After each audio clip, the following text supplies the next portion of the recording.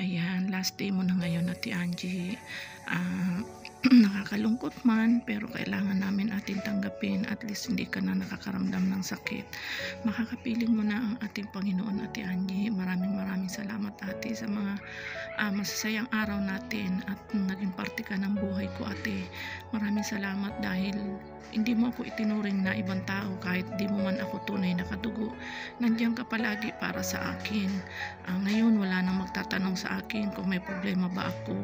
Wala nang magbibigay sa akin ng merienda pag ako'y napapagod sa aking trabaho. Maraming salamat, Ate Angie, sa lahat ng kabutihan na ipinakita mo sa akin, na ipinaramdam mo sa akin bilang isang nanay, ate, kapatid, kaibigan. Maraming salamat, hindi man tayo tunay na magkadugo, pero hindi mo ipinaramdam sa akin na hindi ako iba sa'yo.